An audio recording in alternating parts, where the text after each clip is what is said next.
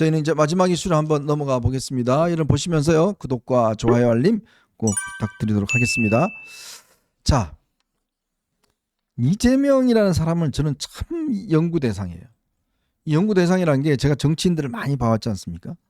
근데 많은 정치인들을 보면 자기가 했던 이야기, 주장들이 보면 그걸 좀 바꿀 때는 그래도 천천히 바꾸고 뭔가 좀 이유를 댑니다.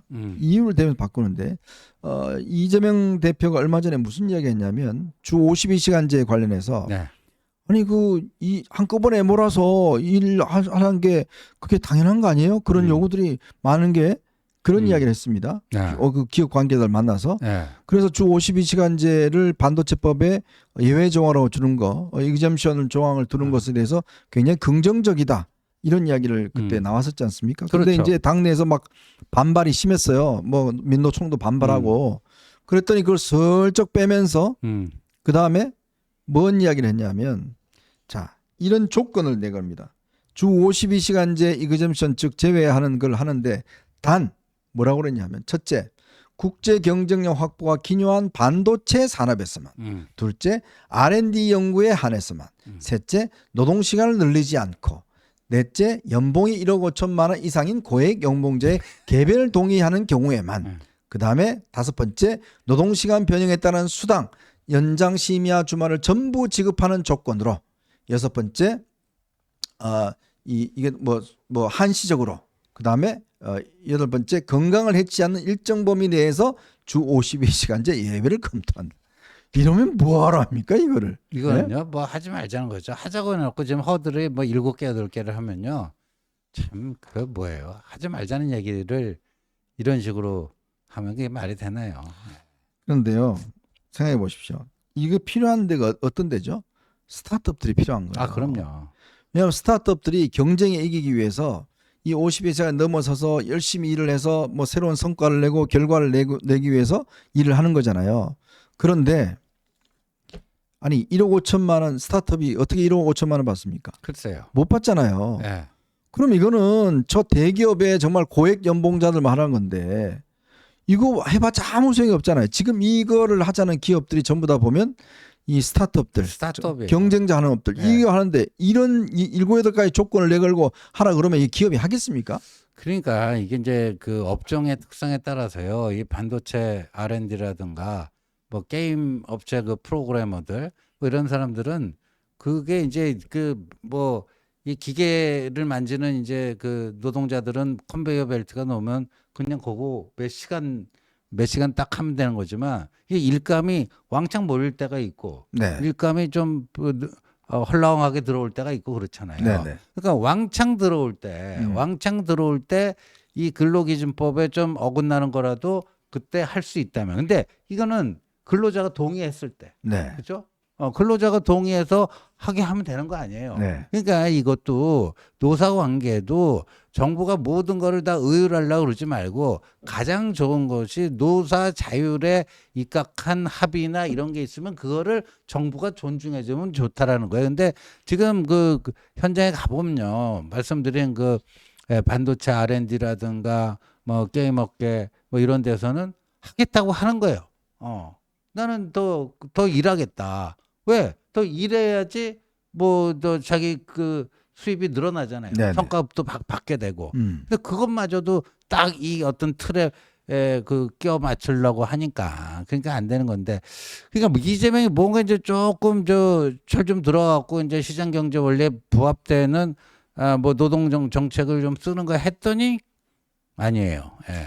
주 4일제도 그렇습니다. 이게 지금 유럽의 일부 나라들이 하다가 다 원점을 다시 돌아갔어요. 네. 이게 해보니까 도저히 지금 안 돼서 결국 이제 돌아가는 경우도 많습니다. 물론 아주 특수한 직종 같은 경우는 뭐 4일제를 할 수도 있겠지만, 근데 참 이재명이라는 사람이 보면 이 말 바꾸는 거를 너무 쉽게 바꾸고 뭐 예전부터 여러분 뭐 쭉 그 말 바꾼 역사 이야기하면 오늘 뭐 그럼요. 며칠 방송에도 네. 아마 모자랄 겁니다. 맞습니다. 그러니까 도대체 이 주장이 뭐야 이 사람이 이런 이야기가 지금 많이 나오는 거예요.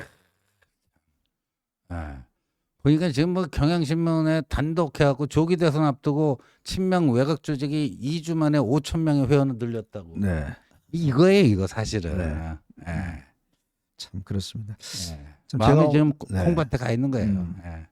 제가 오늘 좀 재밌는 이야기를 하나 점심 때 들었는데 네. 제가 아는 후배하고 이제 점심 먹으면서 요즘 이제 2030 세대들이 예. 얼마나 이제 많이 갈라졌잖아요. 네. 갈라지면서 이제 남자들은 이제 뭐 윤 대통령 지지하는 사람들이 많고 여자분들은 이제 또 이재명 지지하는 분들이 네. 많고 그래서 이제 제 후배 이제 딸이 뭐 이제 이렇게 이야기하는 거 너 뭐 이재명 지지하냐 그러니까 아니 뭐 괜찮던데 뭐 이러더래요.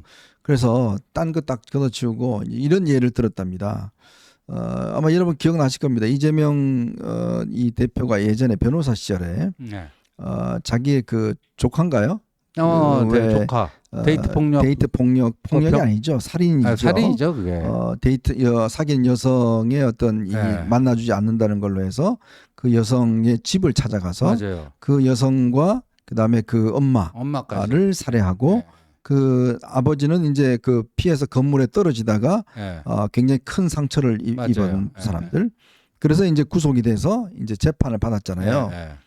그 사람이 변호를 누가 했습니까? 이재명이 바로 이재명 변호사가 했어요. 그래서 뭐라고 빼냈나요? 심신미약으로 예. 결국은 형량을 줄였습니다. 음. 자, 그거를 쭉 설명하니까 깜짝 놀라더라는 거예요. 어. 너 이런 사람을 지지할 수 있니? 응? 너 이런 사람인데 그 사람을 지지할 수 있어? 라고 했더니 딸이 그런 사람이었어요? 라고 하더란 거예요. 그러니까 이제 참 저희는 다 알지만 많은 지금 젊은 세대 20 여성들은 아마 그거 잘 모를 거예요. 잘 모르죠. 그리고 특히 요즘 20대 여성들 같은 경우는 이 데이트 폭력뿐만 아니라 이제 이런 것들 종류의 범죄에 대해서는 아주 그냥 그럼요. 단호하지 않습니다. 단호하죠. 예, 그런데 그런 사람을 변호했던 사람이 바로 이재명 대표입니다. 이건 뭐 팩트니까 뭐 전혀 뭐 사실관계 아니라고 할 수가 없죠. 그때 그러니까 본인이 데이트 폭력이라고 하는 그 해괴망측한 단어를 썼는데 그 누나 아들일 거예요. 네, 그 네. 조카가 갖고 그 칼을 32번? 네, 아유 끔찍합니다. 예. 네. 참. 참 그거 하나만 놓고 보더라도 지금 모르겠어요. 이 과연 그 지지하는 20대 여성분들이 그런 전력이 있는 사람이다라는 거를 뭐 알지는 모르겠지만 어쨌건 그런 것도 좀 이제 물론 뭐 앞으로 또 이제 대선 나오게 되면 이제 탈탈 한번 털리겠죠. 탈탈 털리겠죠 한번. 네. 털릴 텐데 사람의 인성이라는 건 참 그렇게 썩 바뀌지가 않습니다. 바뀌지가 않고 제가 거짓말 이야기했지만 어떤 거짓말을 어떤 순간적으로 모면하기 위해서 습관적으로 하는 거짓말이 있잖아요. 어떤 상황을 모면하기 위해서 내가 박근혜 막 존경한다고 저 경상도 가서 이야기했다가 막 욕먹으니까 내가 박근혜 존경한다고 진짜 존경한 줄 알았어요? 라고 이야기를 하지 않나? 52시간 그거 한다고 하니까 52시간 아니고 조건이 있어요. 조건이 7가지예요. 1억 5천만 원 받아야 되고 뭐 어쩌고 저쩌고 뭐 하지 말라는 이야기잖아요. 그러니까 이런 사람이 국가의 리더가 된다는 거 글쎄 저는 참 이해가 잘 안 됩니다. 네. 네.